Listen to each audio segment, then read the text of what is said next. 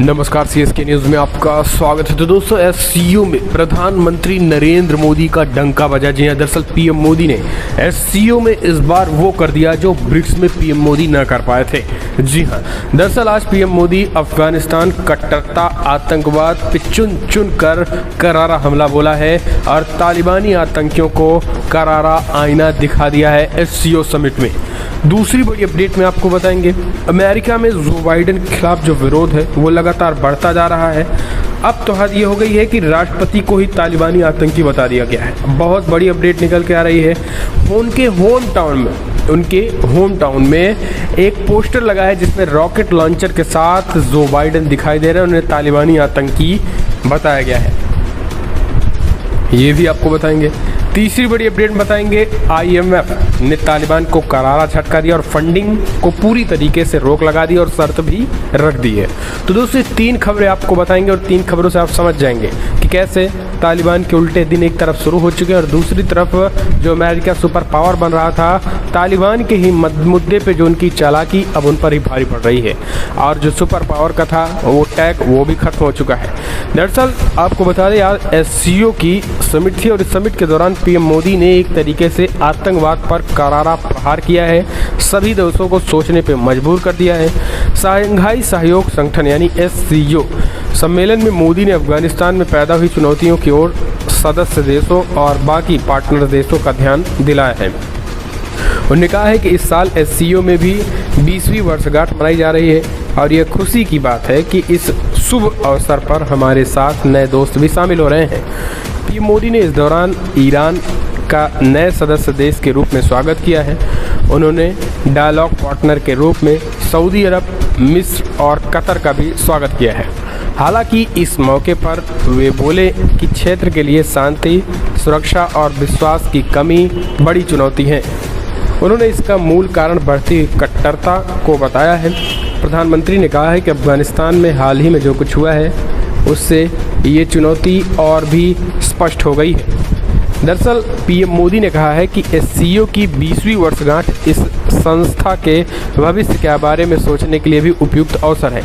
मेरा मानना है कि इस क्षेत्र में सबसे बड़ी चुनौतियां शांति, सुरक्षा और विश्वास की कमी से संबंधित है और इसका मूल कारण बढ़ती हुई कट्टरता है। अफगानिस्तान में हाल ही के घटनाक्रम ने इस चुनौतियों को भी स्पष्ट कर दिया है। पीएम मोदी इतना ही नहीं रुके, प्रधानमंत्री मोदी ने खास करके इनके सरपरस्त हो, चाहे फिर चीन हो, पाकिस्तान हो, आतंकवाद के जो सरपरस्त हैं उन पर भी करारा प्रहार किया है।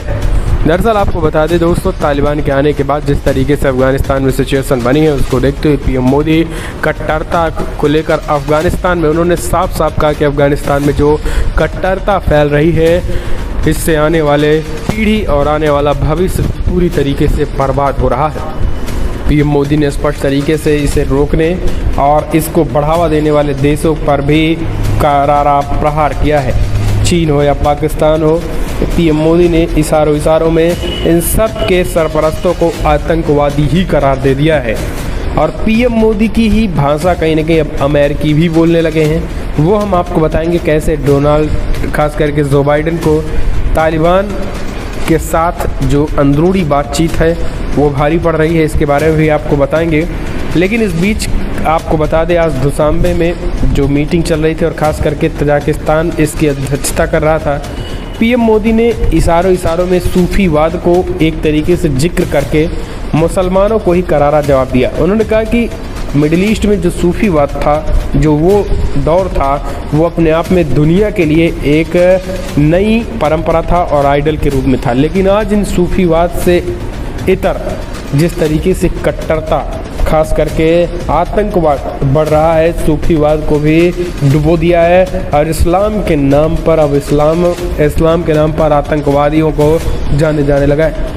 यानी आतंकी मतलब इस्लाम और इस्लाम मतलब आतंकी हो चुका है और इसी वजह से पूरी तरीके से ये चीज़ें कहीं ना कहीं एक तरीके से उन पर ये बड़ा हमला बोला गया है। तो दोस्तों, प्रधानमंत्री मोदी एससीओ में करारा जवाब दे दिया है और कह दिया है किसी भी कीमत पर, किसी भी सिचुएशन में आतंकवाद का समर्थन नहीं और आतंकवाद का समर्थन करने वालों को भी करारा जवाब। पीएम मोदी ने कह दिया कि चुनौतियां शांति, सुरक्षा और विश्वास की कमी से संबंधित है। इसका मूल कारण बढ़ती हुई कट्टरता और अफगानिस्तान के हाल ही के घटनाक्रम में हमने देखा है। तो पीएम मोदी ने आतंकवाद पर करारा प्रहार किया है। इस बीच एक और बड़ी अपडेट ले लेते हैं। पीएम मोदी की ही भाषा इन दिनों अमेरिकी बोल रहे हैं। अमेरिकियों ने जो बाइडन को तालिबानी आतंकी करार दे दिया। रॉकेट लॉन्चर के साथ आप इस तस्वीर को देखिए, इसमें लिखा है कि making the Taliban great again, यानी तालिबान को एक बार फिर से मजबूत बनाया है तो जो बाइडन ने। जो बाइडन वो है इंसान जिसने पूरी तरीके से तालिबान को सत्ता में आने दिया, वरना किसी में दम नहीं था। जहाँ पे 3.5 लाख सेना थे अफगानियों की, आखिर क्या अंदरूनी मजबूरी थी कि यूं अमेरिका को भागना पड़ा और तालिबानी 15 दिनों के अंदर ही कब्जा कर लिए। और इसी को देखते हुए अमेरिका में ज़ोरदार गुस्सा है और अमेरिका में इस तरीके के पोस्टर लगाए गए हैं और इसे तालिबानियों को एक तरीके से फिर से उदय के रूप में जो बाइडन को मेंशन किया है। यानी अमेरिका में जो बाइडन ने तालिबान को एक तरीके से उदय करने के पीछे का सबसे बड़ा कारण जो बाइडन ही है। तो ये चीज़ें अब आप समझ लीजिए। दरअसल जो बाइडन का जन्म पेंसिल्वेनिया राज्य में ही हुआ है और यहाँ पर लोगों का गुस्सा उनके लिए दिल दुखाने वाला हो सकता है। बिलबोर्ड्स पर लिखा गया है कि making the Taliban great again, और इसके साथ ही बाइडन की तस्वीर लगी है। अमेरिकी मीडिया रिपोर्ट्स के मुताबिक बिलबोर्ड्स एड्स के पीछे पेंसिल्वेनिया के पूर्व सीनेटर स्कॉट वैगनर का दिमाग है। दरअसल वैगनर पिछले कई दिनों से अफगानिस्तान की स्थिति पर अमेरिकी प्रतिक्रिया को लेकर खुलेआम नाराज़गी जाहिर कर रहे हैं। बताया जा रहा है कि वैगनर इन एड्स के लिए करीब $1500 खर्च कर चुके हैं ताकि उनका जो गुस्सा सबके सामने आ सके। तो ये चीज़ें अब आप समझ लीजिए कि किस तरीके से बाइडन का विरोध हो रहा है। तो ये आपने देखा। अब चलते हैं एक और अपडेट ले लेते हैं। तालिबान को IMF से करारा झटका लगा है। फंडिंग के लिए जो शर्त थी वो रखी है और अब कोई मदद नहीं देंगे। रिश्तों को भी निलंबित कर दिया है। अफगानिस्तान पर कब्जा जमाने वाले तालिबान को अंतर्राष्ट्रीय मुद्रा कोष ने करारा झटका दिया। IMF ने अफगानिस्तान के साथ अपने संबंधों को फिलहाल खत्म कर लिया है। IMF ने कहा है कि तालिबान के नेतृत्व वाली सरकार की मान्यता पर अंतर्राष्ट्रीय समुदाय में स्पष्टता आने तक अफगानिस्तान के साथ उनके जुड़ाव निलंबित रहेंगे। दरअसल वैश्विक संस्था ने कहा है कि अफगानिस्तान के आर्थिक हालात से बेहद चिंतित है और उसने अंतर्राष्ट्रीय समुदाय से देश में किसी मानवीय संकट को रोकने के लिए तत्काल कदम उठाने का आग्रह किया है। IMF के राष्ट्रीय प्रवक्ता गेरी राइंस ने गुरुवार को मीडिया से बातचीत करते हुए कहा है कि अफगानिस्तान के साथ हमारा जुड़ाव तब तक स्थगित कर दिया गया है जब तक कि सरकार की मान्यता पर अंतर्राष्ट्रीय समुदाय के भीतर स्पष्टता नहीं हो जाती है। तो दोस्तों, जब तक अंतर्राष्ट्रीय संस्थाएं मान्यता नहीं दे देती हैं तब तक किसी भी कीमत पर तालिबान को कोई भी मदद नहीं की जाएगी। ये स्पष्ट IMF ने भी कह दिया है। हमने आपको बताया कैसे वर्ल्ड बैंक, UN समेत तमाम संस्थाओं ने इस पर रोक लगाई है और अब एक के बाद एक रोक लगती चली जा रही है।